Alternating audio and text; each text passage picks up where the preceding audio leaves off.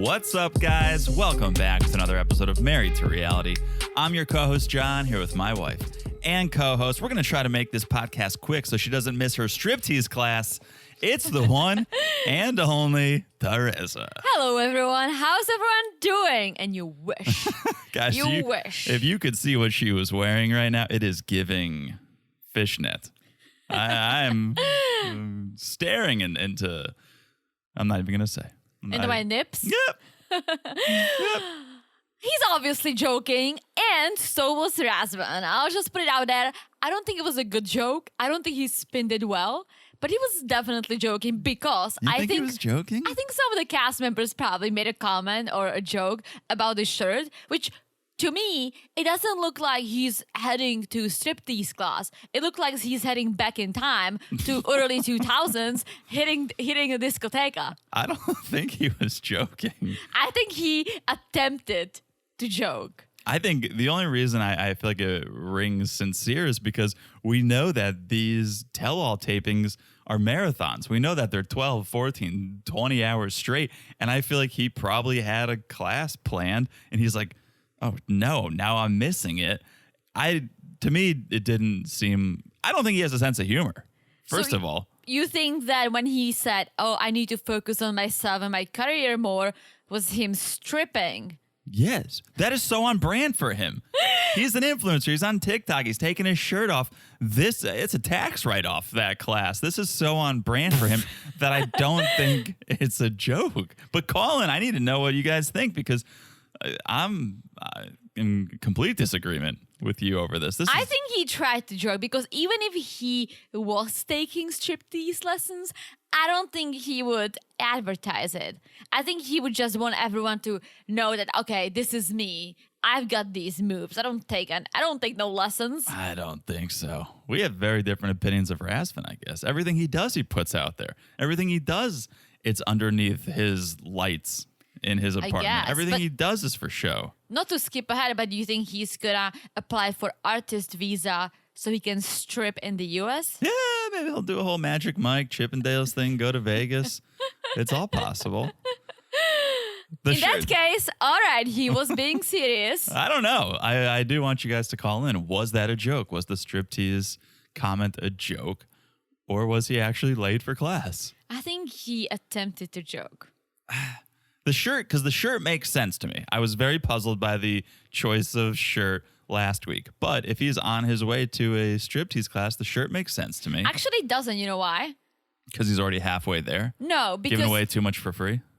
Think about it. Stripping with that, you have to take it over your head. It's not that sexy. You got to strip with a button down. No? Like something you can just like... whoosh, rip off of yourself. Like if you have to go through a whole thing of like taking it off over your head, how often do you get stuck in your shirt? I do sometimes. This is why you're not a stripper. I sometimes do get stuck adorable. in my shirt. And so that I don't find that sexy. No, I find that adorable. I'll show you next time. That's hilarious. It doesn't happen to you? No, I've been taking my shirt off by myself for 30 plus years. Yeah, I've gotten it down. It never gets stuck, so then it kind of like hangs. What does it get stuck on? On my head. It never I sometimes let You it... have such a small head. I do. But I sometimes let it just hang from the back of my head. It looks like I have this shirt hair. Sure. And sometimes I dance a little while I do that. Sometimes I pretend I'm at Burning Man and I put a shirt on like a bandana. Absolutely. But it's not stuck. That's on purpose. So I'll tell you exactly why that keeps happening to me. And it will make a little sense to you. Think about the type of shirts I love to wear. Thinking. I don't know. Button downs. V-necks? Oh, turtlenecks. Turtlenecks. How often do you see me wearing button downs? Not that often. But I love turtlenecks. Summer turtlenecks, fall turtlenecks, winter turtlenecks. I have all kinds of turtlenecks. Yeah. And those bitches get stuck on my head. Now I know why you're in the bathroom for so long every night. You're wrestling with a turtleneck. All right. Hilarious. That's hilarious. All right. We'll talk about all that and more very shortly. Before we do, a little business real quick. If you guys want to hear us talk about the other way that season is out of control, we're talking about it on Patreon and Supercast. You can join us on Patreon, patreon.com/marriedtoreality, or Supercast, marriedtoreality.supercast.com. That will happen on the Cousins Club and Family Affair levels. Family Affair, you get the video, of course, every week, plus a monthly bonus. We did Love is Blind as the Family Affair monthly bonus the other week. So if you want to check it out, please do Patreon and Supercast. Also, make sure you're following us on Instagram at Married to Reality Pod. We post memes once in a while. We share scheduling and news. But most importantly and most fun, we get to message with you guys over there. Absolutely. That's where you guys call in. When we say call in, let us know. Is Raz been joking? That's our direct line. That's where you can get to us on Instagram at Married to Reality Pod. Also, make sure you're following the podcast wherever you're listening. So no matter what we drop on the free feed, doesn't matter when we drop it, what we drop, how we drop. If you're following the podcast, you'll get it right to your device as soon as we drop it. It's so easy to follow the podcast. You just look down, smash that follow button. Guys, smash it like it's hot. Is Jane's pink hair because I'm here for it. I told someone the other day you wanted pink hair. They're like, what? I was like, my reaction too. Yeah, not as pink as Jane's. I just kind of like the washed off blonde pink. But maybe it's 2022. But I mean, I think it's a past thing. Yeah, a little 2000 late. Now I want silver hair. I'm like trying to get it more silver or grayish. Give it time. Well, I'm already there. I'm not paying anything for it. Well, you look beautiful. Thank you. Anyway, smash like it's as hot as that hot pink hair. And last but not least, if you guys haven't left a review, you know we love reviews. You know we love love. And if you leave a 5-star review and you write something, we'll read it on this podcast right here. Do you have one? Teresa, who do you think I am? Would we even do a podcast if we didn't have a review to read? Let's hear it. Let's hear it. All right. This review comes to us from our friend Dana Lynn M. Hello, Dana Lynn M. 5 stars. Love it. Titled Best Episode Ever. They write, I love you both, and I've listened to every episode. I have to tell you that today's episode was absolutely the best one ever. I belly laughed and spit out my coffee at the whole hard cookie conversation. I'm now listening for the second time because it's so funny. Teresa, I love you, but John is right about Stanika. LOL. So Dana Lynn, a Match Me Abroad listener. Woo, thank you. Match Me Abroad fan. Yes, I remember that hard cookie conversation. I think we were discussing being a tough cookie. Oh, and yeah. You were like, what is a tough cookie? Is that like a hard cookie? And I had to educate you, as I tend to do on this podcast. That's what you do. Thank you. I always accept your education. Yes. Well, thank you, Dana Lynn. Beautiful Yes. review. Beautiful review. And that show, I miss it. I hope know. it'll come back. I know. Thinking about Harold. Oh, Thinking about Misha. Thinking about Stanika. Yeah, all our friends. our friends. Yeah. Come on back for season 2, won't you? All right. That's the business. What do you say? Before we get into the meat of the episode, a little 90-day by the way. Let's do this. All right. By the way, number 1, a little Colt and Vanessa update. All right. So we all know Colt was injured while filming The Last Resort. Mm-hmm. It led to them being replaced by Molly and Kelly. Unfortunately. Mm-hmm. So he was jumping on a trampoline. I hate laughing about this because I know he really got injured. But Really injured. just the image of him jumping on a trampoline. Where's the footage? Can we release this footage, TLC? Also, where's the trampoline? Because we've been watching The Last Resort and there's no trampoline. Okay. Good point. Well, this is why this is my by the way, because we got some more information about this. Ooh. So yes, he was jumping on the trampoline. I feel like Vanessa probably double bounced him. Went sideways. But yeah, he ended up dislocating and breaking a leg, tearing a meniscus. He was in the hospital for 2 weeks. It was bad, right? But yes, so this incident happened on the first day of filming while they were in Reno. So I don't even remember episode 1 of The Last Resort, but I guess they were filming before they all got to the resort and a little bit of backstory before they got to the resort. I think so, because Angela was home packing. We saw her home packing. Yes. So I guess that's when this happened. They were filming in Vegas or in Reno where they were living. Cities. Yes, they were filming in Nevada. And that's when this happened. And so he never made it to Florida. And so that answers that question because we were always like, how did they edit them out? How did they edit around them? What did they just magically erase those 2 extra Adirondack chairs? Or like, what happened? And what is the trampoline? And where's the trampoline?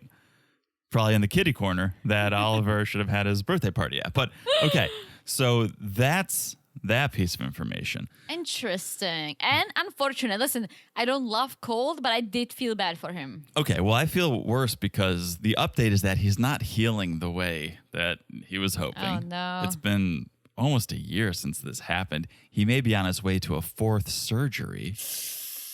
And the crazy and sad part, and the reason I'm talking about it today, is that allegedly TLC and Sharp have kind of been absent during this whole debacle. Mm-hmm. Vanessa just posted the other day on social media this kind of a rant saying TLC doesn't care about you unless you're bringing in money.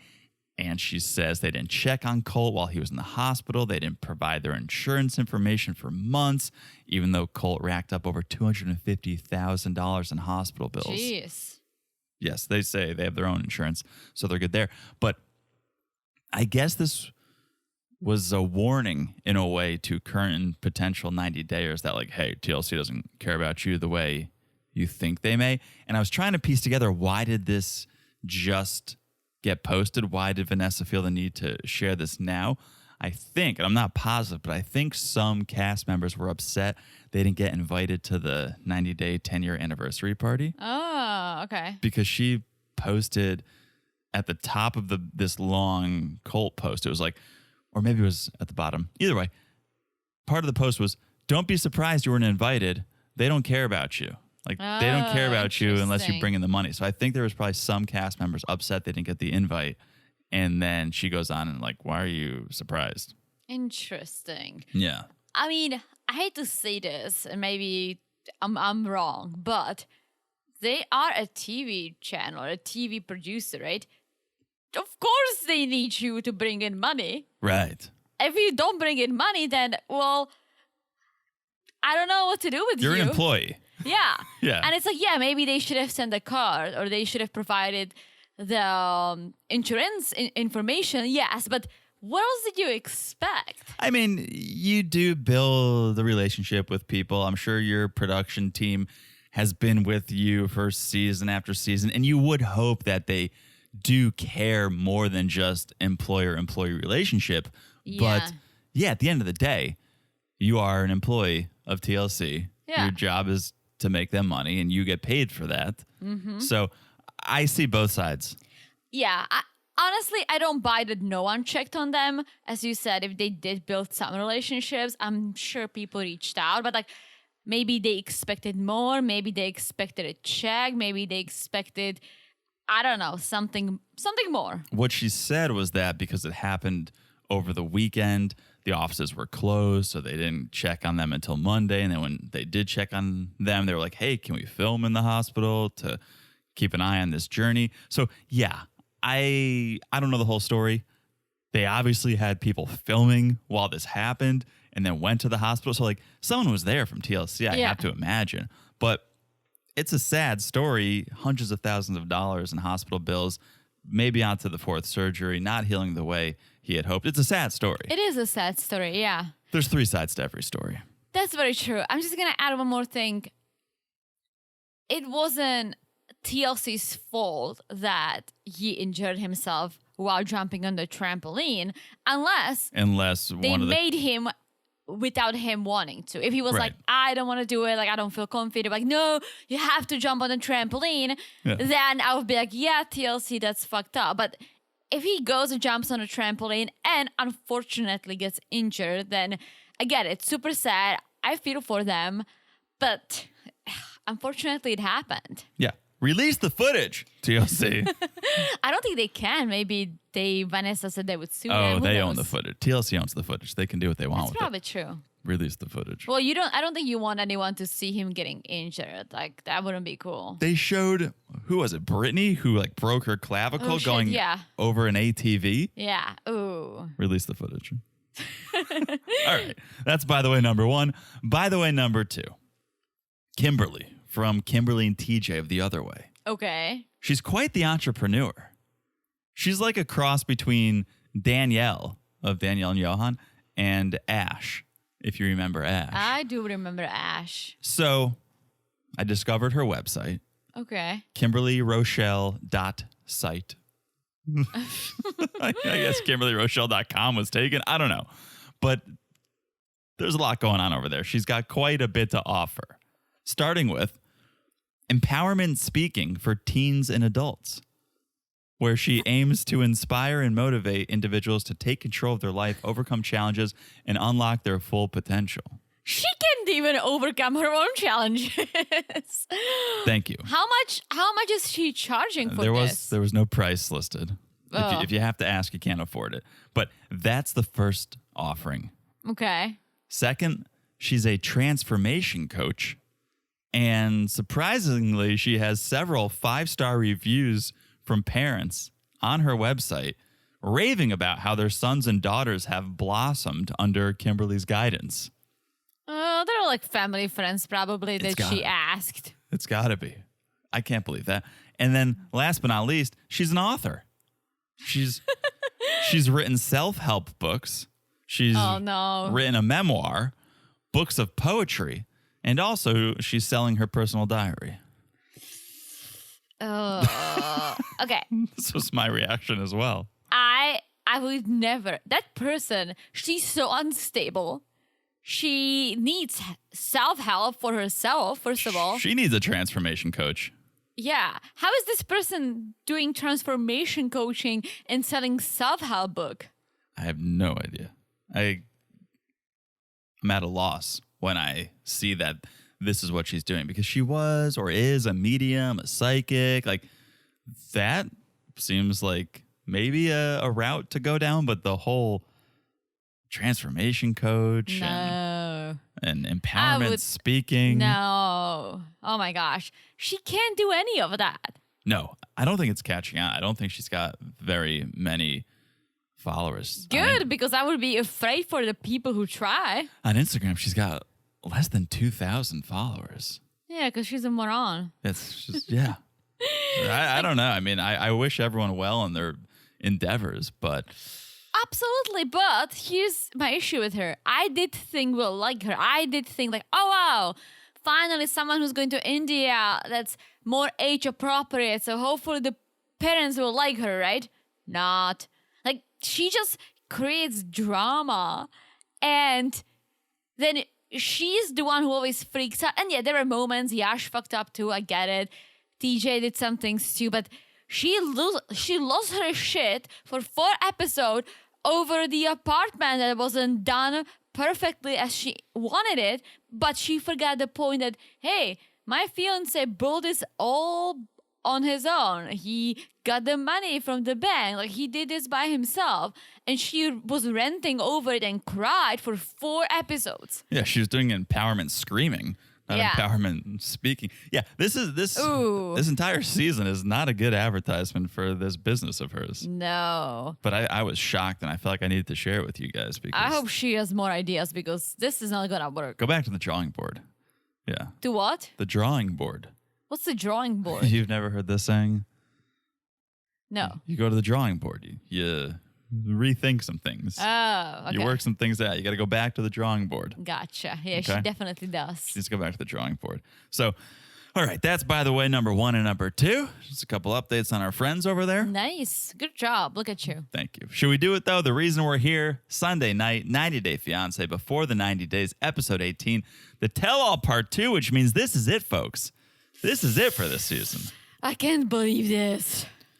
It's been quite the season. I really liked it. Me too. I think 18 episodes, and I don't know that I got tired of any of these people. Nope. So that's the sign of a good season. Let's dive right in with the moment of truth, because they left us on quite the cliffhanger. Yes. We've been wondering for weeks, what's the deal? What's going on? And we finally get the answer to the question, Violet, are you pregnant with Riley's baby? Well, she said she was, but she had a miscarriage. At least that's what I understood. That's what she said. Now, I'm going to take the phone off the hook so that nobody calls in. Because I feel like I'm going to get shit for saying this. I'm not even going to say anything. I'm just going to say I'm questioning this. I'm questioning the honesty of this statement. And I know I shouldn't. I know that's bad. But we know what Riley said about the very, very, very slim chance of him being able to impregnate someone. Plus, he also said the timeline doesn't add up. Plus, he said the timeline doesn't add up. And now, and I hate to question it, and again, the phone's off the hook. She says she got pregnant, but now she's not pregnant. Is it a little convenient, maybe? Yeah, I see what you're saying. I did think about it too. But I'm going to look at it from the female perspective. And if she was pregnant, let's just go with the fact that she was, losing a baby must be so, so, so hard. And she said it's my health and it's my age, which I understand too. She's in her 40s. She has 2 grown kids. So, yeah, I felt for her. She seemed upset. Even Tiffany was like, yeah, like, I get it. Like, that's very upsetting news because I don't want to question her because if she did lie about something like this, then she's really, really fucked up. I know. And I hate to question her too. Everyone was being very sympathetic to her. Everyone kind of just dropped it the minute she said that. But come on, you could still go to the doctor, go to the international doctor and give Riley some closure. He asked the question. He wanted proof and she was unwilling to do that, which also makes me have doubts. The fact that Riley's like, I'm going to pay for you to go to this doctor so that I can hear in a language I understand what's going on. And she's like, no. I said it before. I know. I'm just saying it all adds up to me being a little suspicious. And I know I shouldn't be suspicious, but come on. Can't we question some things once in a while? Yes, we can. We've been. But again, if she did lose the baby, that's really sad. And I'll just say this. Again, if she lied about something like this, she is a shitty, shitty person. I know we've seen her being shitty, but this would be very, very extremely shitty. Yes, it probably doesn't get worse than that.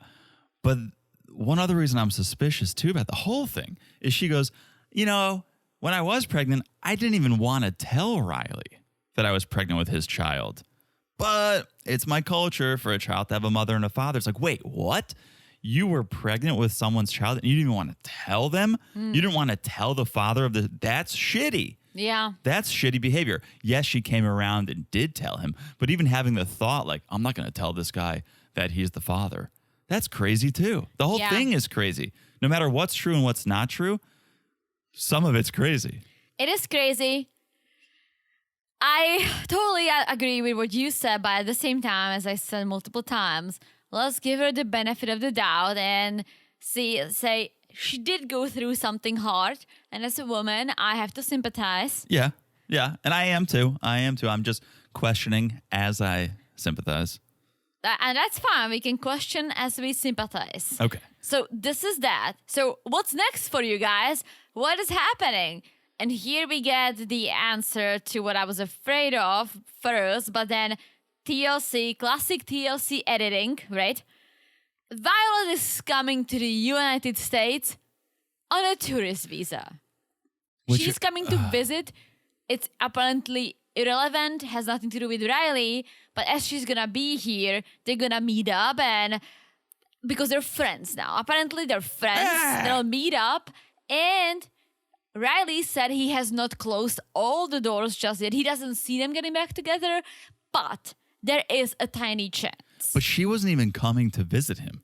I think he caught wind that she was coming to the States, and he suggested, hey, we should meet up while you're here. And she was like, okay, yeah, sure, I guess we can be friends. The trip was not to see Riley. No, I know, I said it. She got her tourist visa. She's coming to visit the US. Why not? And since she's gonna be here, well, they can see each other because apparently they're friends, which I don't see. I don't see that. But to me, that just makes the plot thicken even more. What do you mean? She's not getting anything out of him. It's not like, oh, he's paying for the trip so she can come and see because she's getting his baby and they might have to move here. She's just coming on her own. I wish we prodded a little more into who is she coming to see? How long is she coming? What do you mean? Who's she coming to see? She's coming to see the United States of America. I've been here multiple times before I moved here on a vacation. I know, but Is it a little suspicious that one relationship with an American fails and now she's on her way to America, maybe to meet up with another American? I don't know what she's up to. That's what I'm wondering. But listen, there's nothing wrong with coming to visit. A lot of people want to visit the US. No, it's just I find the timing interesting. She didn't come while she was dating Riley. True, but also COVID. True. Okay. I kind of forget that this was probably filmed like a year ago. Yeah. And COVID was probably more. Yeah. I think this was filmed where COVID was finally we all were like, okay, we're done. Moving on. Yeah. Okay. So that's what's happening with them. That's the update. Everyone breaks for lunch. There's this moment where Jasmine's telling Riley backstage, oh, after all this toxicity, why do I feel like you still want this to work between you two? And Riley says, and maybe you can make more sense of this. He goes, I'll tell you the truth. I would have given her the ring. Well, I cannot make more sense out of this because that's what I heard. But what is he saying? Because he's going, I had a ring. I would have given it to her. But no, you wouldn't have because you didn't. So what is he trying to say? Well, because maybe he meant if things were better between the two of them, meaning he still loves her. He was ready to propose. He brought the ring, but things just did not turn out that way. Like, but apparently you banged. Your last interaction was intercourse. So why didn't you give the ring? I think because of sexy time? Are you kidding me? Well, that just means things ended on a positive note. I don't think they did. If they banged, you would. That's the well, but best. he said he was so surprised by it that it was kind of like True. Okay. And don't you think? I hate to doubt, but don't you think it's all part of the master plan that I'm going to bang you right before you leave so that I can say that I'm pregnant with your child? Don't you think there's like a little evil genius to that? Maybe, but she was it like, didn't work. He's leaving tomorrow. He's leaving tomorrow. I need to bang him before he gets on the plane so that I can run this scam. Don't you just think it's all too convenient? Maybe, but I'm going to say if she was younger, I would say that that was her master plan. But like someone who is in her early 40s, she's aware of her age. She has 2 kids who are still like teenagers that still need her. I don't think this was her master plan, but maybe she was trying to spin it. Who knows? I know. I wish we knew more. I wish there was some harder hitting questions, like how much time was there, where Riley believed he was the father, did he send any money, what was the conversation? Like that's what you need to know to really figure out how you feel about this situation. Well, the fact that he said, I basically cannot get a woman pregnant because of the meds I'm on, the timeline doesn't add up, and she is of a certain age. But she didn't know probably about the meds and the implications She it didn't has. because their communication sucks. Stunk. Her English isn't the best, which is fine, but I don't think he could have a conversation like this with her. Good point. Good point. All right. So that's Riley and Violet. Everyone back to set. Let's talk about Christian and Cleo. Ooh. We got some updates here. They were actually hanging out for like a month at Christian's place. Yeah, so she just left 3 days ago. Why didn't she stay for the filming? Because I think you're right. Yeah, I don't think foreign cast can be around, or it's probably considered work and not That's tourists. what So I think you're 100% right because it's just so convenient that she was in the States but left 3 days ago, and then Nicola is coming in a couple of days. It's like, but no one's going to be in the States while the filming is taking place. I think it's fine for Jasmine because she's here on K1. They will get married. Yeah, she's here legally. Nicola's coming on a tourist visa. Cleo was here on a tourist visa. That's all legal, but you cannot work. But you can't work on the K1 either. You cannot. Yeah. So that's interesting. That's what I was trying to figure out, but maybe it's fine because they are going to get married, so they will pay Gino and she is with him in the US. She's still working. She's putting in a hard day's work on set. Yeah, I honestly don't know why or how, but Cleo left 3 days ago, and this was interesting. She said she met all the women in Christian's family, and they all loved her, and it was beautiful. And I wish Christian let her talk more because he just talked for her and I fucking hate it. I hate when people talk for other people, especially when men talk for women. Like, let them talk. Well, let me explain what you're trying to say. Just kidding, Teresa. Exactly.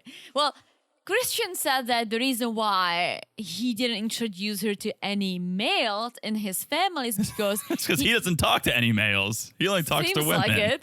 But apparently he comes from a very conservative family and he just wanted to protect Cleo. He didn't want anyone to say anything harsh like they did tell Christian before Cleo even came. Yeah, and I can see that. And Cleo even says, I have a lot of compassion for that. I'm not a stranger to rejection or hatred. So I can see that. And I wrestle in my mind with, well, if you're going to try to have a future with this person, shouldn't you finally introduce them to your family? But maybe not. Maybe why? Cut those people out. If they're going to be shitty people and judgmental people, just cut them out. Well, not really. I almost feel like what they did, and I don't know if they thought of it this way, but introducing her to all the women who Christian knew will be more accepting, and they were. They loved Cleo. Now Cleo left, and the women will go to the man and be like, oh my gosh, she's amazing. You have to give her a chance. Like, honestly, she's the best. I can see the love between them. They can kind of soften it. That's a good point. Maybe when she comes next time, they can finally all of them meet each other and it'll be fine. I think if you are a conservative person and you have a hard time with something like this, which is still ridiculous to me because we live in the 21st century, so just freaking roll with it. We all are people. And maybe you do need a little more time. And maybe this is the time that will make it work. That's a good thought. I like that thought. So then we bring in Jane via video, Cleo's friend, Jane, who's still on the fence about Christian because she thinks he's selfish and doesn't really care about Cleo. But Cleo's quick to defend their relationship and saying, no, like we're really starting to understand ourselves and then each Christian other. Takes over again. And he's like, yeah. What Cleo's trying to say is that I've been really working on myself. Dude, don't do that. Don't let her talk. Yes, it's maybe a little, and I hate this term, but maybe it's a little mansplaining, but it's also just rooted in his incessant need for attention and to be the star of the show. I don't think it has anything to do with like, oh, I'm going to talk for this woman. I think it has everything to do with, I'm going to be the one talking now because I want all eyes on me. And so it's just as bad, but it's coming from a different place, I think. I think, unfortunately, and this is not me defending him necessarily, but that's his personality. Yeah. And it's hard to change someone's personality unless the person wants to change. And he's like, I'm ongoing. I love talking to people. I don't care if I don't know who I'm talking to. I think he likes flirting with women. I don't think women really are into him, and we will see later. But I think that's who he is. And like, love it or hate it, that's just his personality. Yeah, totally. And so Jane brings up the big red flag, which is Christian still chatting up other girls. And Shaun wonders, well, how do you know that? And Jane says, because Cleo tells me. And there's actually one incident that is really striking a chord and cause for concern. And we learn about... You have to explain this to me because I don't get it. We learn about this incident.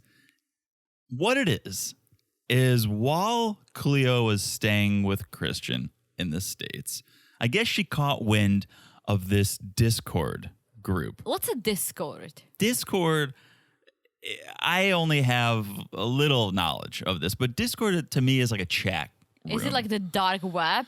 It's not, it can probably get pretty dark, but no, it's out in the open. You use Midjourney through Discord.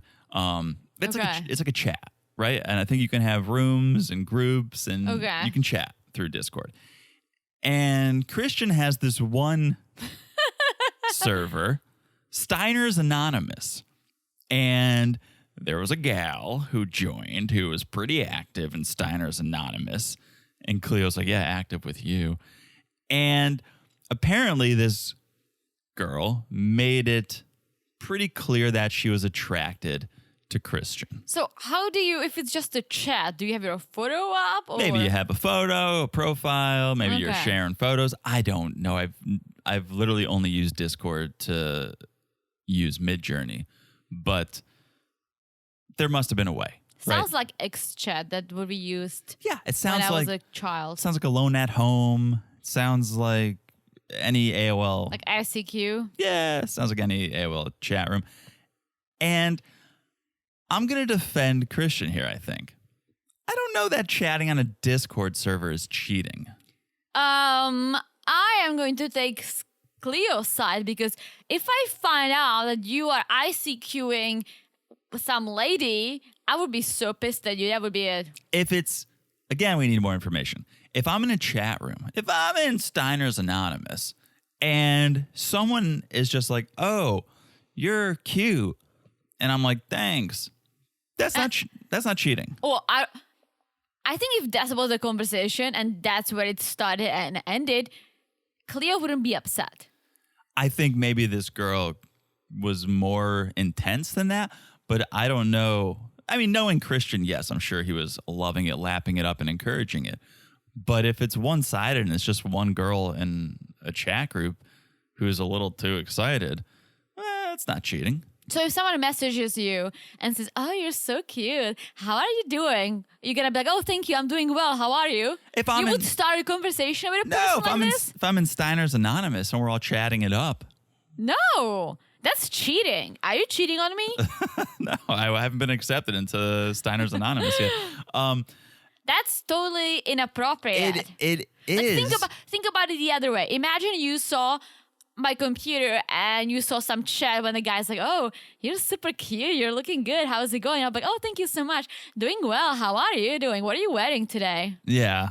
You would be so pissed. Just think about it. I would be You pissed. always need to put yourself in that position. That's the only way you can ever understand how certain people feel. I do it all the time. I put myself into all kinds of positions and not just things like this. Even like when I'm hungry and I don't know what I want, I picture myself eating certain types of food. Okay. That's how I eliminate what I don't want to do. I put myself into different situations. So method. That's how I figure things out. No. So you need to do that more because, as you just said, you would not be happy if you saw this on my computer. I know, because in that scenario, you responded. You were very excited about the interaction. But you would be to just any responding, unless you say, oh, thanks.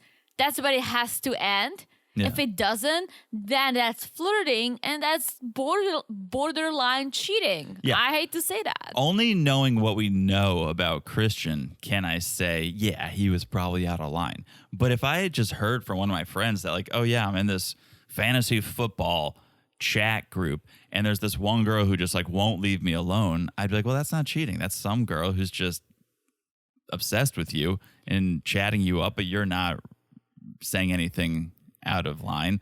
That's not cheating. But knowing Christian, yeah, he was encouraging it and probably lapping it up. Still, and- if someone's into you and you're responding back to them, that's cheating. Absolutely. I've never done it, but I'm gonna go through your phone, I guess, because I don't know what you're up to. I'm not talking. I don't know what you're up to. Nobody's talking to me. But I feel like you know what I'm saying. No, I don't. I Because can't help how someone else feels. And so if I'm in a group chat or if I'm just out. Why are you in a group chat with women? That's a good point. Because I don't know. I'm not in this Discord server. But if I was and there's peoples of all gender, as someone starts to compliment you, you just have to cut it off. No, you can say thanks. Yeah. But that's if they keep talking, then that's an issue. I guess. No, you guess. You it can't is. help what other people do. But if you ignore someone, they'll go away eventually. True. If you keep chatting it up, you're like, oh, thanks. They're like, oh my gosh, you're so cute. I hope you're not married. And you're like, haha, I mean, I am. That's really bad. Listen, don't get me wrong. I have a lot of guy friends. I know you have some girlfriends. I'm in group chats on my phone with my guy friends that you know, right? And not just guys, like girls too. It's my group, happy hour group. I go out with once in a while. That's fine because we all just talk about work and oh, let's do happy hour. How's everyone doing? That's fine. If you are in a group chat and there are some girlfriends that you're friends with, cool. But if someone was like, oh, you're looking very cute today. Oh, like that's bad. No, the part that follows that is bad. If you were like, oh, thanks, you are too. That's bad. If someone just says like, oh, you're so cute, you look great today. And I'm like, thanks. Well, okay. What else would you say? That's it. So if they're going to be like, oh, any compliments for me? I'm like, no. And if they're going to be like, well, and if they keep chatting up, you would keep chatting up?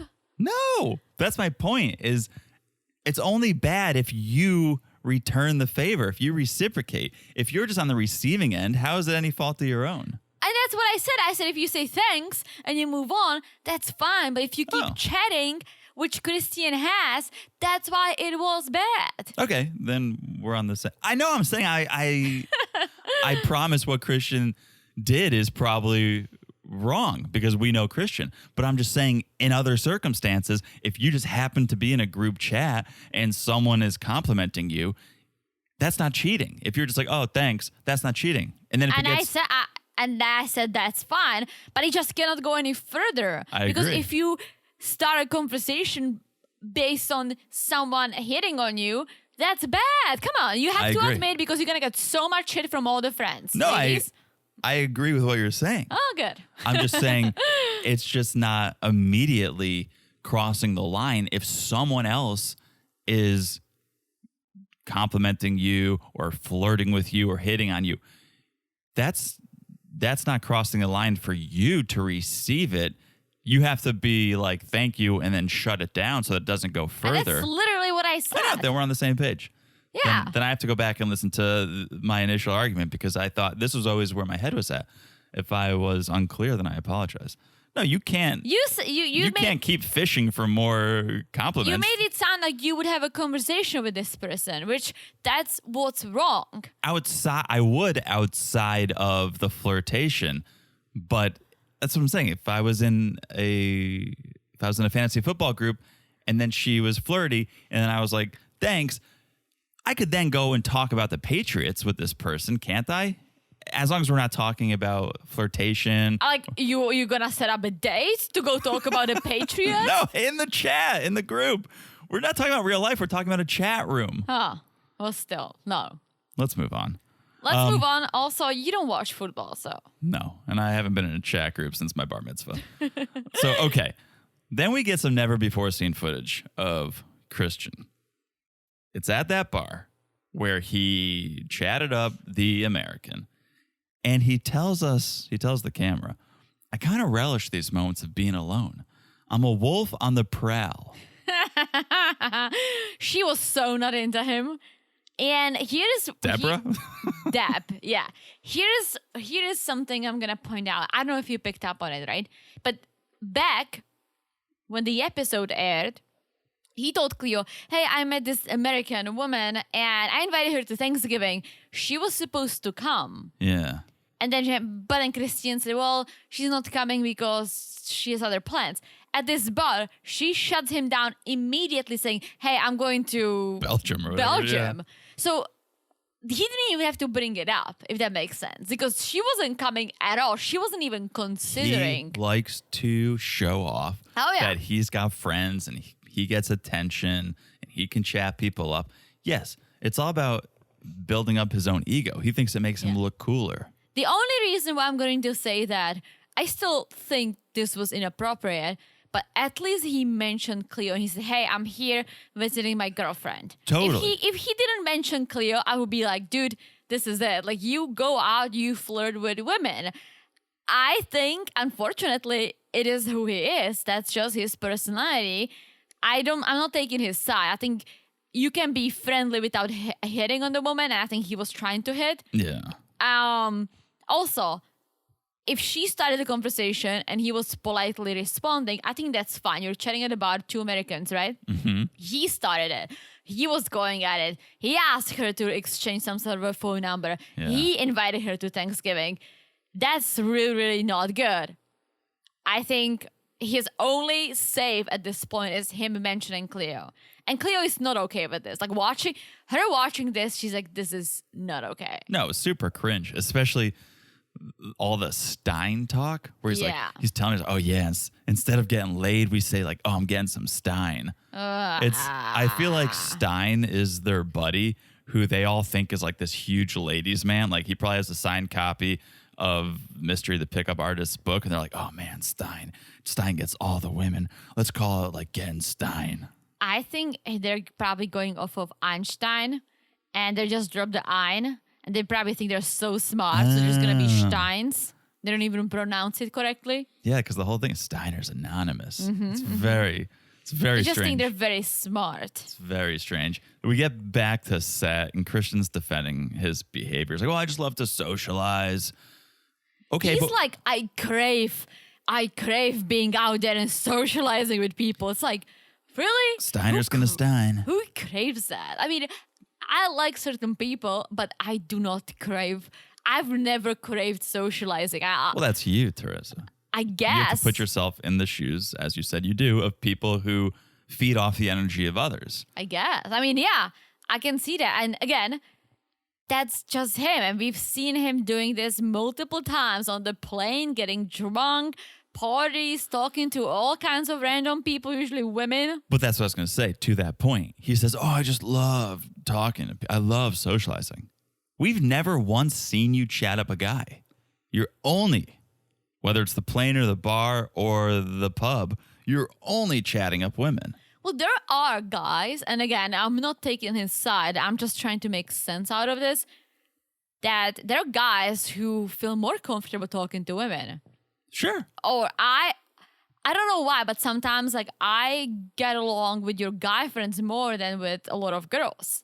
Like Okay. I have a lot of guy friends. Well, I used to when I was younger because I just feel more comfortable talking to guys. I don't know why. I do talk to girls too, but I always feel like I really need to click with the girl, with the woman, for me to really talk and open up. And I do have some good friends. I'm not saying I don't, but the majority, it is, I don't always click. And maybe that's for him. Maybe he doesn't click with a lot of guys, but feels like it's easier to talk to women. That's a good point. I can see that. So then Shaun goes, I think we're all wondering if the woman at the bar thought Christian was being friendly or flirty. So we have her here tonight. And they bring out Deborah. I hope Deb lives in New York because if she flew there for this, Here's what I think. I think this whole thing was TLC production. I think, and not in a faking the storyline sort of way. I think they learned who Christian was over weeks of filming and put Deborah in that bar as a plant, kind of like Bar Rescue. You ever watch Bar Rescue? And they go undercover, and John Taffer has one of his guys or girls sit at the bar and order a Manhattan and see how it comes out, see how the bartenders are always doing. Manhattan. I like watching the show. He always yells. That's what bothers me. Okay. But Okay. we digress. But I think TLC was like, oh, hey, we have this girl back as a PA or in the production office. Christian's out having a drink by himself. Let's like put her at the bar and see if he'll talk to her. Let's see what goes down if we put a single female in front of him. I don't think it's production driven. You know why? Because it's not that dramatic. Nothing really happened.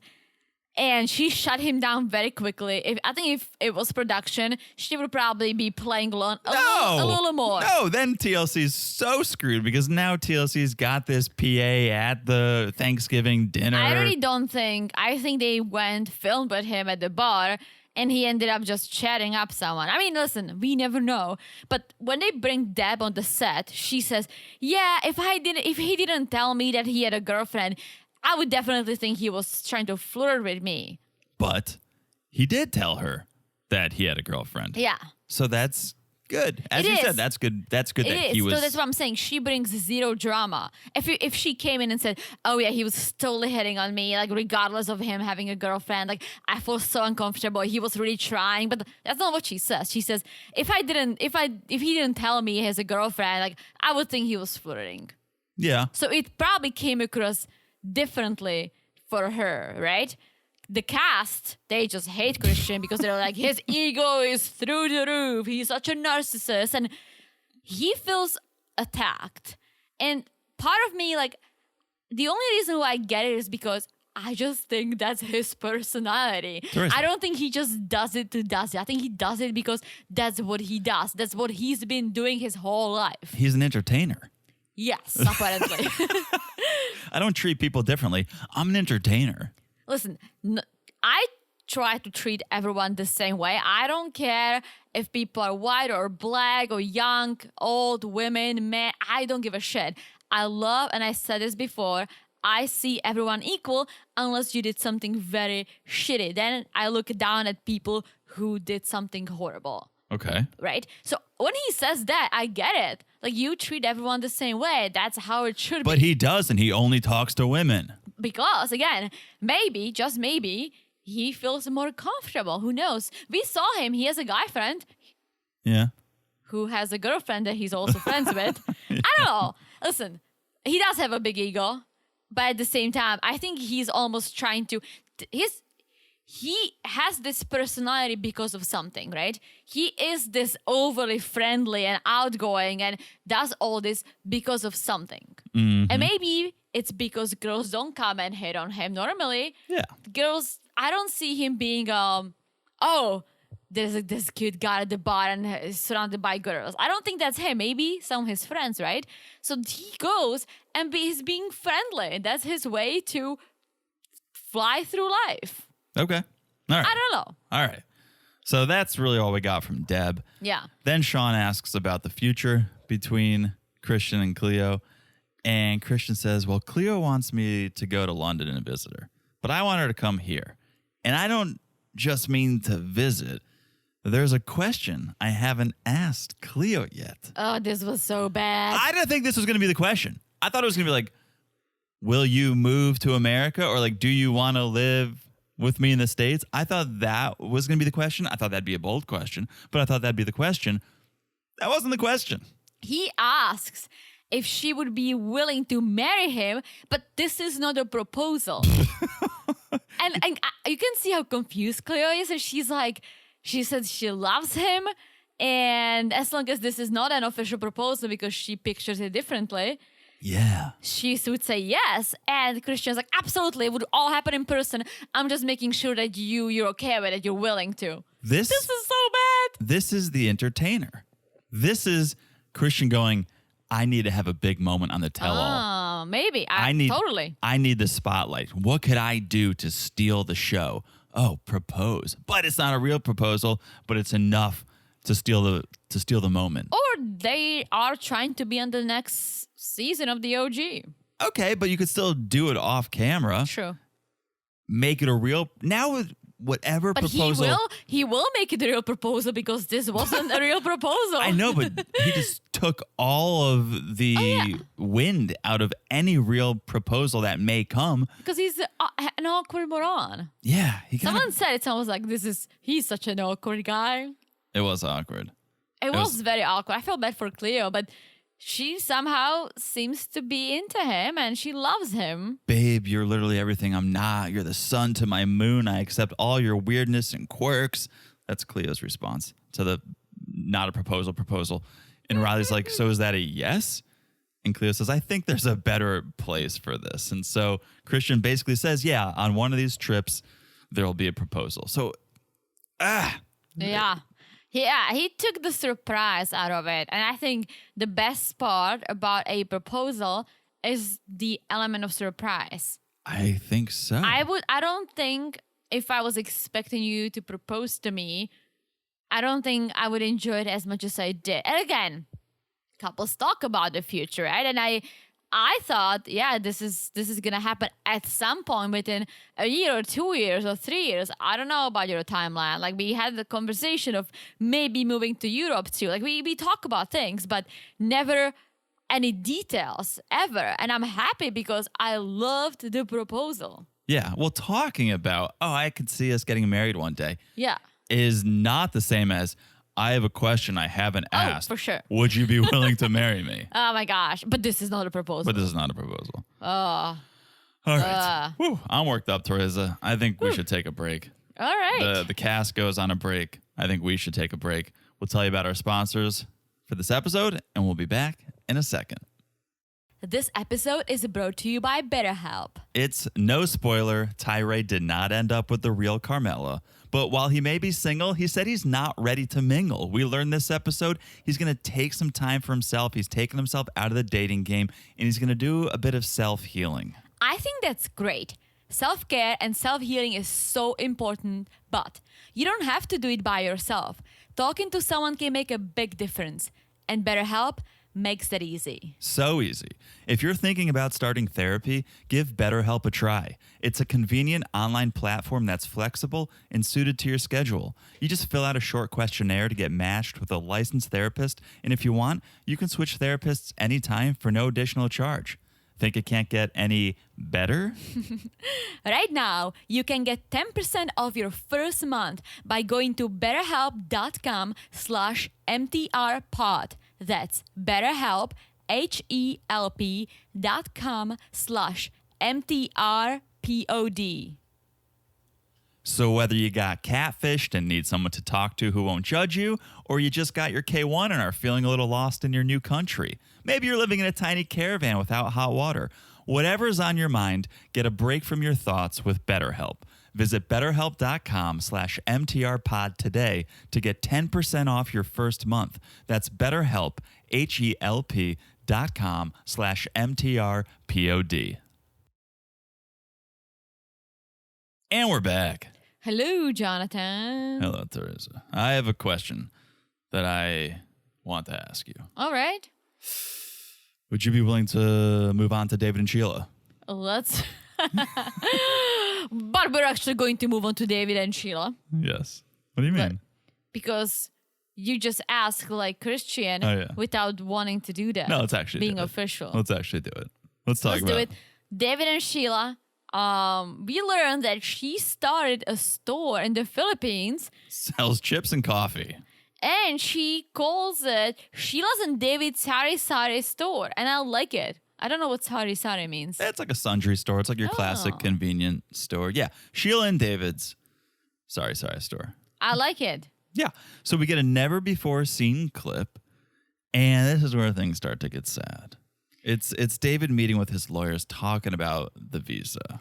Yes, and he wants to know what options they have because their plan is for David to fly to the Philippines, them getting married there with her family, and applying for their marriage-based visa. Yes. However, those can take up to 3 to 4 years. K1 can take up to 2 years. So the lawyers suggest they go for the K1 and get married in the States. Yeah. This is shocking to David. He can't believe it could take this long. It could take, even with the K1, it could take 2 years. I don't even know if I'm going to want a baby in 8 months. This could take a long time, and he was not ready for this. And it does. Guys, the immigration, they really do take a while. And there is a part of me understand they need to go through everything. They need to make sure the evidence you submitted is correct. Or not even correct. Yeah. It is believable, right? Valid, yeah. Yeah, they may have to make sure you are not a criminal. There is a lot that goes into that. But let's be honest. When we got first married, we got very lucky. And we got my first green card within 3 months. Our lawyer said, I've never seen this process being so fast, right? But when we applied for the renewal, it took almost 3 years. Yeah. And again, it was all good, all smooth sailing, I guess, but things just take time. And it has nothing to do with, I guess if you have some hiccups in the application and they find something that's not believable or odd, they might postpone or they might call you for an interview, right? But even if everything's fine, it just takes time. Yeah. Yeah. So that's the news. It's going to take a while. It's going to take a while. And that's just the first step. So we see David FaceTime Sheila to tell her. And I thought for a second, I was like, oh, Sheila's signing is getting even better because they're signing over FaceTime. That's how they communicate. She thought David was saying 4 months is how long it would take at first. But then she realized, oh, shit, 4 years. 4 years. And David's crying. And it was heartbreaking because this is one of those couples where I believe it. I'm yeah, me too. this is as real as it gets. This is love. Yeah. Well, then we learned something even more emotional.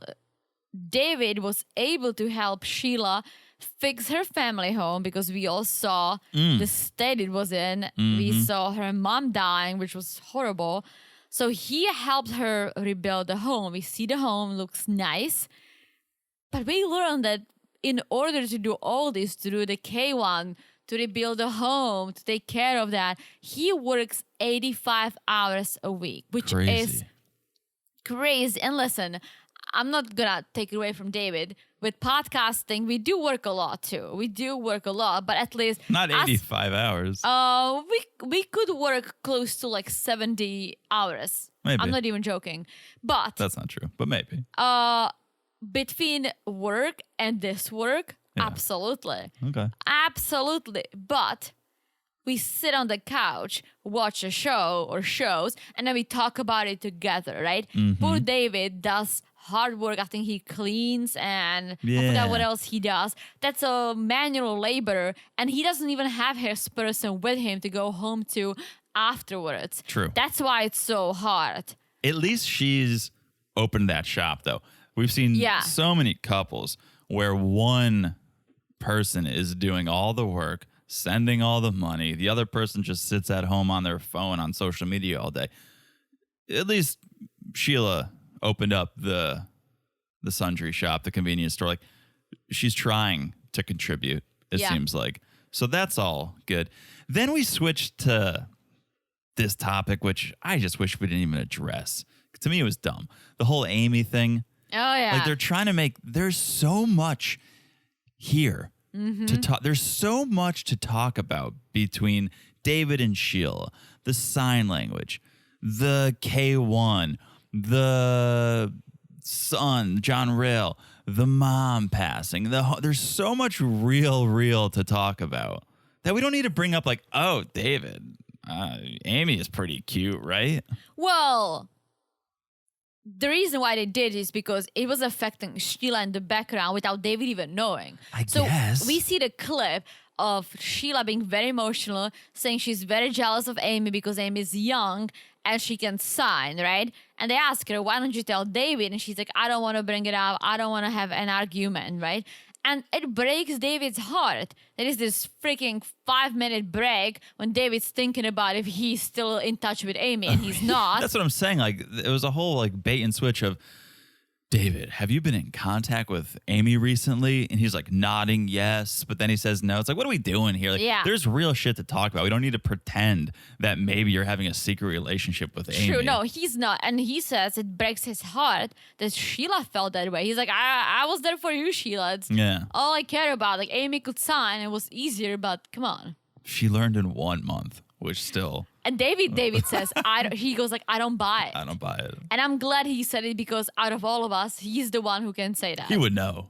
Yeah, he would know, exactly. Like, I could never question Amy because I don't know how to sign anything besides the sexy time and the BJ I learned. You could barely sign your name on a contract. You just kind of like scribble for half a second. What are you talking about? Your signature is poor. My signature is amazing. Your signature is poor, Teresa. What are you talking about? You didn't have to learn a new signature. We got married. I took your last name. I had to learn a new signature. Okay. I also don't have the best handwriting, so... Yeah. Anyways, back to Sheila and David. How is Sheila signing on a scale of 1 to 10, David? 2 to 3. That's lower than I thought he was going to give her. Yeah, but think about it. It's an entire language. I know, but still, I feel like my check is like a 2. You think that? You don't think it's even a 2? No, I think it's like 0.5 because you're not learning anything. At least she's trying. I thought. I don't think your check can ever be a 10. No, but of course not. Your English can't be a 10 either. What are you talking about? It can't be. My English is at like 9.5. My English isn't a 10. True. Well, okay. I think if you learn Czech and you're at 5, I would think that I would consider you fluent for someone who doesn't live in the country and is trying. That's an interesting way to put it. I don't think 5 is fluent. 5 is failing. Out of 0 to 10, 5 is a 50. That's failing. For me, 5 is getting by, being able to have a basic conversation, probably you cannot discuss the financial situation of the Czech Republic and the history between us and Slovakia, but you would be able to have a conversation about your day. You would be able to just maybe even talk some music, something more like simplistic topics. You would be able to do all that. Okay. And when she's on 2 to 3, they can still communicate. Like, think about it. They talk. And it's 2 to 3. She spells a lot of things out. Yeah. I think that's... She just needs to learn more, and she will. At least she's willing. Like, it seems like she's learning. Definitely. Oh, definitely. And Shaun says, well, since Sheila hasn't mastered ASL, you guys have to get pretty creative when you talk, especially when you're having those more intimate conversations. And we flash to some never-before-seen footage where we're reminded that David has a huge American penis and all the positions that they've tried, the explosions, the BJing till he comes, and leave it to Statler to be like, hey, what's the sign for BJ?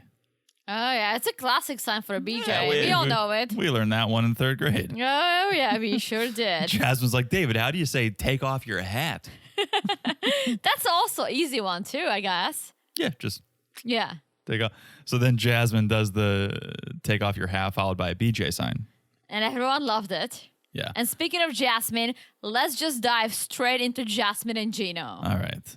We start with the prenup conversation and how Jasmine had some reservations about that. And she said, well, I felt like a prenup would leave me unprotected. And if something happened, I could be homeless. And so Shaun has a very good question. Very good question. And I almost felt like, ooh, this is going to be bad. But it wasn't. Shaun says, Gino, did you ask your ex to sign a prenup? Well, no, because she had her own retirement account. She had IRA, Roth, 401k. She was doing very well for herself. She definitely did not, because she was a foreigner. He brought her here on the K1. Hey, she apparently had a retirement account, according to Gino. That's what he said. Well, why couldn't she? Maybe. Well, I mean, she could have something at home. Definitely. But it would never be equivalent to what you need for living in the United States. Let me just put it this way. She had a job. She was working, and she could be putting money away for retirement. But not when she came here, not when they married. They married on the K1 visa. She definitely, when she got here, they got married. She found a job and started to build her own thing. Yeah, absolutely. But not prior. Maybe in her own country. Yeah. But that's why I'm like, let's say if I had some retirement money before I moved here, which I didn't because I moved here when I was 20, then it would basically be nothing here. Plus, I don't even think if I would be able to withdraw it because I would not live in my homeland anymore. I don't know how that works. That's right? a good point. I also think I'm going to say this. I think this whole thing happened when he was younger and maybe didn't have a lot of money in his savings. So it's almost like you have nothing to lose, right? True. But now he does. And he says, I just want to protect myself just in case. And because we all know Jasmine, we can understand the just in case protection. Yeah. Just in case Jasmine murders me is what Gino was worried about. They started talking about the will. He's like, yeah, it scares me. Am I going to get murdered or something? We haven't even gotten married yet. But then we quickly moved to Jasmine's sexual appetite and the golden shower.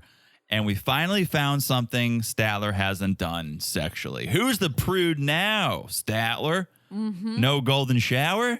Well, Dempsey was like, ew. So I don't think Statler is doing any golden shower anytime soon. Unless she is a new lady. Which, who knows? I wouldn't. But Statler was very anti that cold shower. I'd rather maybe a golden shower over a colden shower if you're Statler. For sure. For sure, no. No, cold shower, cold shower over a gold shower. Yeah, but I was saying maybe Statler would prefer the golden because she couldn't stand the cold shower. She's a proof. Okay. Well, then we see the clip of the pupunana tightening.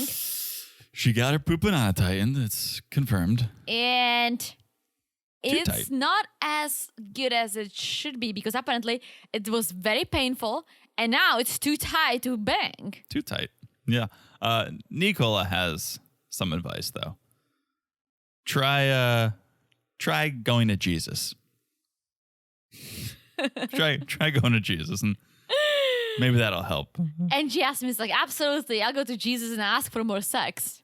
That was good. So, okay, then we learn they're planning for the wedding, and Jasmine's trying to adapt to life in Michigan. She says, I miss my family. Her poor kids she left behind? No shit. I was going to say, she doesn't mention the kids. But we've never seen the kids.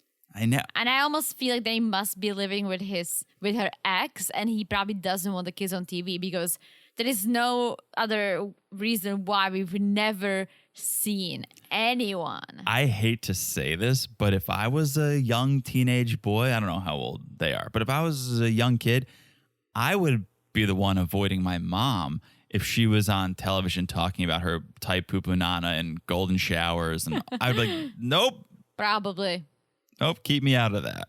So that could be the reason that we haven't heard about them or seen from them. Well, I'm curious if they get married, if she will bring the kids over. Yeah. Like, at the end of the day, they're her kids. And how old can they be? She's 35. The kids are definitely They could be 15. They could be 16. Yeah, I don't think she got married at 18. I don't know. Maybe she did. Who knows? But the kids are not grown kids. They're kids. Yeah, where are the kids, Jasmine? I don't know. No one knows. Nobody knows. All right. Then Amanda and Razvan. Amanda and Razvan, we learned something that wasn't surprising. That Razvan, missed they're his not together. striptease class. No, they're not together. Yeah. But they're friends. Nobody's shocked about. And apparently they broke up very soon after she returned to the US, maybe 2 to 3 weeks. Also not surprising because they were basically broken up there. Like Razvan was so checked out after she made all those comments. Yeah. Yeah. Like he was checked out. He tried, he had some sexy time, but he was checked out. Yeah. And so Jasmine goes, well, do you think maybe you were too mean to Razvan? And she's like, no, when I'm with someone, they need to have thick skin. Yeah, she's like, I know I can be a bitch, but that's who I am. Yeah, you were rude to him. You said nasty things in the beginning, but then you wanted to become engaged, so you became nice to him. And Amanda's like, shut the fuck up, Jasmine. He's like, respectfully, shut the fuck up. Oh. Who is she? She's brutal. Yeah. She's really And I can kind of trashy. Yeah, I can like see her being like a crazy person now. We all felt so bad for her. And listen, I still do. Like losing your husband or losing anyone for that matter is horrible, right? She has kids, but man, what a personality, I guess. Yeah. So then we bring in Sister Amber, who was not surprised by the breakup because she knew that they were fighting all the time. And she thought, well, fighting like this during the honeymoon phase, well, that's definitely not a good sign. And so the reason why they broke up apparently was because Razvan said he needs to focus on himself and on his career, and he wasn't really down for a serious relationship. And Amber feels like he should have told Amanda before she came. But I get what Razvan said. He's like, I needed to see her. Like, Totally. if you don't meet someone in person, how do you know? And if we all think back at all the things she said to him, he basically made him feel so small, like he's nobody, right? After comparing him to Jason and basically, man, like taking his man out of him, right? I can totally see how he's like, you know what? I'm gonna focus on myself. Totally. That's a nice way to say I don't want to be with you. That's what I was going to say. Is I almost feel like he was letting her down gently by putting it on him. Oh, it's not you, it's me. Yeah. It's the classic. It's not you, it's me. So I think that's where that was coming from. Riley was trying to be this like hugely moral guy here, saying, oh, isn't it convenient how you realized all this after you banged her? Like, oh, you just wanted to sleep with her. And then once you got that, now you're kind of breaking things off. Let me say something. I don't find Razvan attractive for myself. He's not my type, but I don't think he has luck of ladies talking to him. I think if he wanted to bang someone, he can bang someone. Right. If it was just about that. I also think a little try before you buy is for sure not the worst. Yeah, I don't think he knew this is not going to work, but I'm going to bang you anyways. Yeah. So, yeah, I don't really agree with Riley on that. And then Shaun asks what problems Amanda saw once she met Razvan. And she goes, well, he's controlling. Sometimes he can be a little controlling. He doesn't want me to join other people's live streams or give them things. Like, these are such 2023 relationship problems. Yeah, and then she says something that I'm like, what's going on? She's like, Amber's like, well, but there was a reason for all these rules. Relax, Amber. Relax. And Amanda's like, okay, relax, okay? Relax. And Amber's like, well, I don't want to piss off my sister. Relax, but I'm just Amber. going to say it. Relax. Now we know, because not to fast forward to the end, but Amanda's banging some other guy. Oh, yeah. That's what Amanda didn't want Amber to spill at this tell-all. Yes. That was the whole relax. I don't want to have to confront this. Amber says, well, there was just one main guy that Razvan didn't want her to talk to because Amanda had a romantic relationship with him for a second.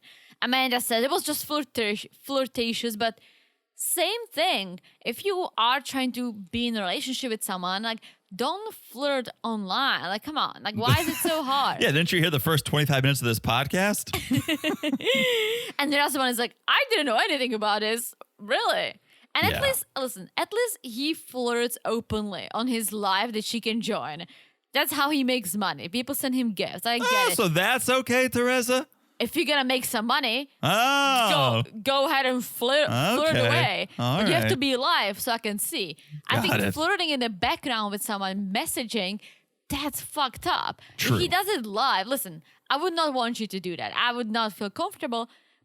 But again, that's how he makes money. That's how she met him. He entertains the ladies on social media. They buy him shit, right? True. That's what he does. She needs to be okay with it. Otherwise, don't even pursue this guy. That's a fair point. That's a good Her point. chatting with another dude behind his back, well, that's not okay. Right, especially because now we know Yeah. you're banging that guy. Or someone else. Who knows? Or someone else. So then Shaun brings up how Razvan does have his visa to visit the States, but you guys are broken up, so are you still going to come? Oh, of course, yes. Oh, I'm coming to the States.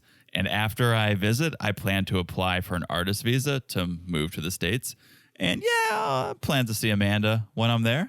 Maybe we'll give each other another chance. Maybe we'll bang it out. And then he says, we kind of go back to the whole kids situation, right? That he wanted to have kids and Amanda didn't. And there is a clip where Razvan says, well, when it comes to the kids, I was just telling her what she wanted to hear. Yikes. Which, listen, at 25 or 26, I think if you're single or just dating someone online, it's hard to picture if you want to have kids or not. I get it, right? But he should have said, I don't know. Maybe I do, maybe I don't. Or if he felt strongly, he should have said, I do. Him telling her what she wanted to hear, that's not good. Yeah, that almost makes me side with Riley because it's like, oh, you're just telling her what she wants to hear so that you could bang her. Yeah, but not about, I don't think it was about banging. I think it was maybe about him really wanting to come to the US. He really does. Yeah.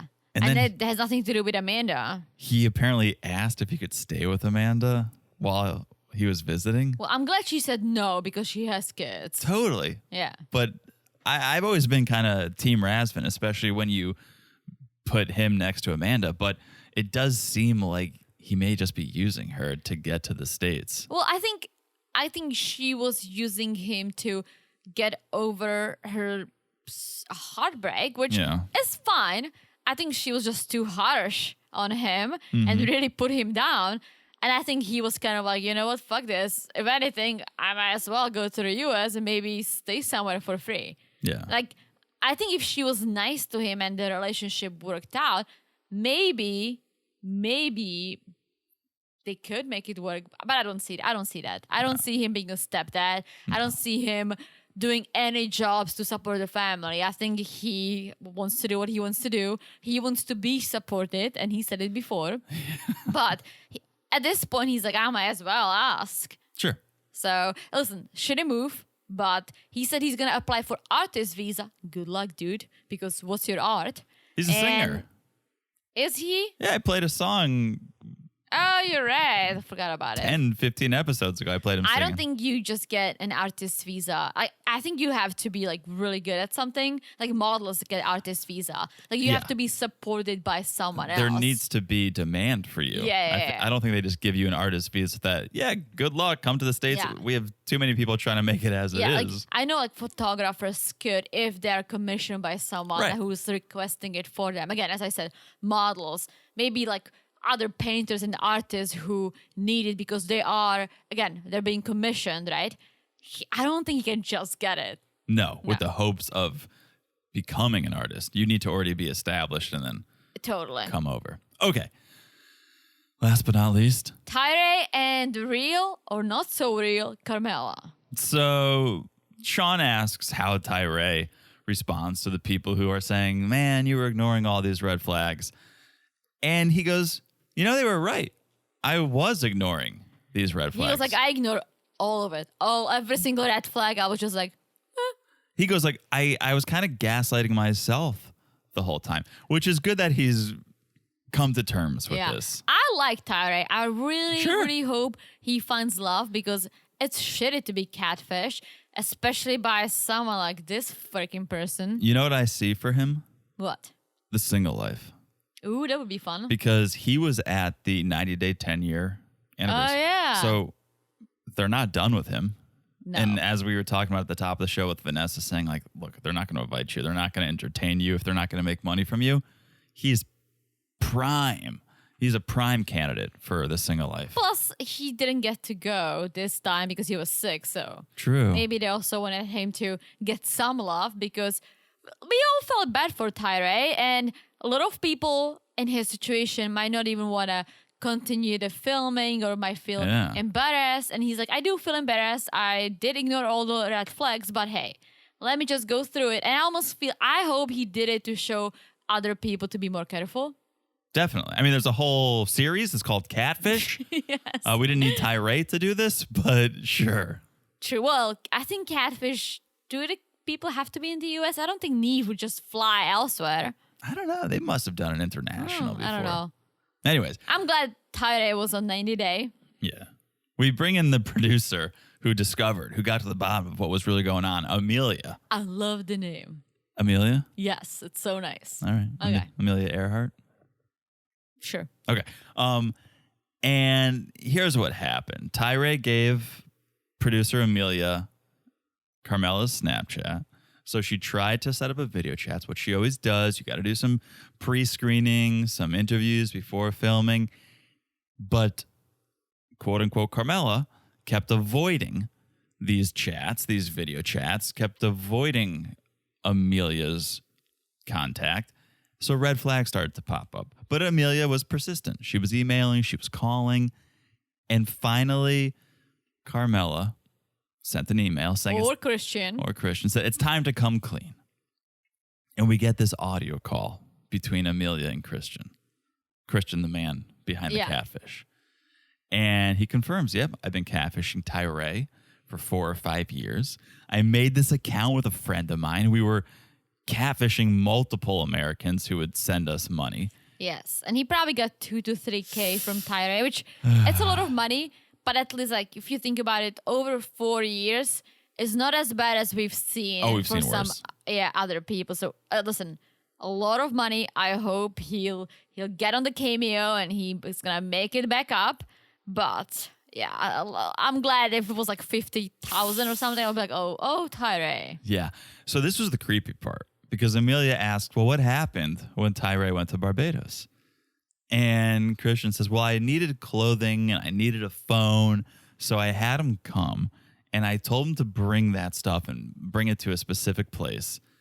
And I saw him. Like I was within viewing distance when he dropped it off and I watched him. And I just thought, what a stupid American. Yeah, that's disgusting. That was the saddest part where you're just clearly preying on someone. And creepiest part. Creepy, yeah. Like, here's the thing. Tyree probably bought some clothes for the real Carmela. What is Christian going to wear? Like big bras? He's going to sell them. He'll probably sell them. Yeah. He got the phone. He got the clothing he could probably sell. And then we had American Christian on set go, from one Christian to another, fuck you. And whatever bad things happen to you, you probably deserve. True. And Jasmine's like, yeah, karma's a bitch. It will reach out to you. Yes. And then, sort of a letdown. We had this moment where Shaun's like, Tyree, I know you've never had the chance to speak to Christian, but we were able to find a new number. Do you want to call him? You want to talk to him now? And Tyree's like, yeah, I would call him. So the producers connect. Ring, ring, ring. Voicemail. No, someone picked up and hung up because someone picked up and Tyree said, hello, and the person hung up. But then it said, please leave a message after the tone. And Riley said, we're going to get you, motherfucker. Really? I thought someone hung up. I think it picked up as it does, and Tyree thought it was someone answering. So he was like, hello? But then it was like, you've reached the mailbox of the fake Carmela. I was with Tyree. I saw someone picked up too. Well, everyone has Tyree's back. Everyone loves Tyree. But poor Tyree, he says, his biggest regret about this whole thing is him sending nudes with his face in the photo. And he said he was worried about the show coming up. Yeah. Oh, yeah. That's a real fear. Once this guy finds out he's going to be exposed, yeah, he could totally blackmail Tyree. Yeah, for sure. Yeah. Well, here's why Tyree won the tell-all in a way, because they're saying, well, what's your message for Christian, right? Everyone says, fuck you. Everyone says, karma will find you, right? You're a piece of shit. Tyree says, I will take the Nicola and Misha's road and I'll just pray for him. Yeah. And that was really nice because he just won. Yeah. Totally. Kindness. Yeah. Always kill him with kindness. So Shaun says, well, a lot of real women want to know, are you single and looking? Tyree says, definitely single. And definitely not looking. Not looking. I need to do some self-healing. Yes. And that's good. Good for Tyree. Take the time, dude. Take it for yourself. You deserve it. Yeah. You'll be back and you'll be better than ever. And if you start dating again online, please, if someone does not want a video chat with you, you cut this person off because you always need to see who you're talking to. Exactly. And that's a wrap. That's a wrap. That's it. Everyone left set. Kind of people gave their parting words. Yeah, that's just where we hear Amanda say that she's banging someone else. And she's like, yeah, I mean, there could be a possibility for me and Razvan, but also I'm not waiting around. Like, I'm already talking to someone, and she starts laughing. So I guess they're doing more than talking. Yeah, but that's it. I mean, woo. It was good. Listen, it wasn't like a super dramatic tell-all, like when we have Angela showing her boobs and stuff. We're trying to beat up people. But it was good. I enjoyed it. I thought part 2 was better than part 1. Yeah, it was good. I enjoyed both. Yeah. Solid season. Really solid season. Yeah. Really solid season. New peeps besides Gino and Jasmine. So that was good. Yeah. So speaking of Gino and Jasmine, they'll be on the OG, which is coming up next. Yes. And I said it before, I'll say it again. Guys, don't be disappointed that they're going to be on because I think Jasmine in Michigan will be a blast. If Gino went back to Panama, I would be like, enough. Enough is enough. But her being in Michigan in a very, very cold state, I'm here for it. With Marco and Dana right around the corner? Come on. I was going to say Marco and Polo. Funny. All right. That's it. What a season. Thanks for hanging out with us all season. Yeah. Can't wait to talk about the new season of the 90 Day OG. That starts next week. Wild. In the meantime, if you want even more content, if you want to hear us talk about the other way, that season seems like it's just picking up steam every week. Oh, yeah. You can listen to us on Patreon or Supercast, patreon.com/marriedtoreality or marriedtoreality.supercast.com. Also, make sure you're following us on Instagram. We'll keep you updated about all things over there. Message us over there. Call in. The phones are back on the hook, so feel free to call in. That's on Instagram at Married to Reality Pod.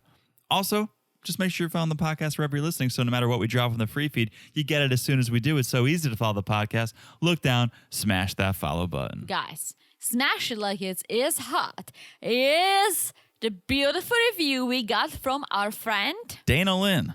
and also as this freaking season because it was great. So thank you, Dana-Lynn, for the beautiful review, and thanks TLC for keeping us entertained. You got that right. All right, that is it. I've said it all. I've said it all. What a season, as you said. Thank you guys for listening. I've said it all. You've said it all. Means we'll Said it all. talk to you guys soon. Bye-bye. Bye.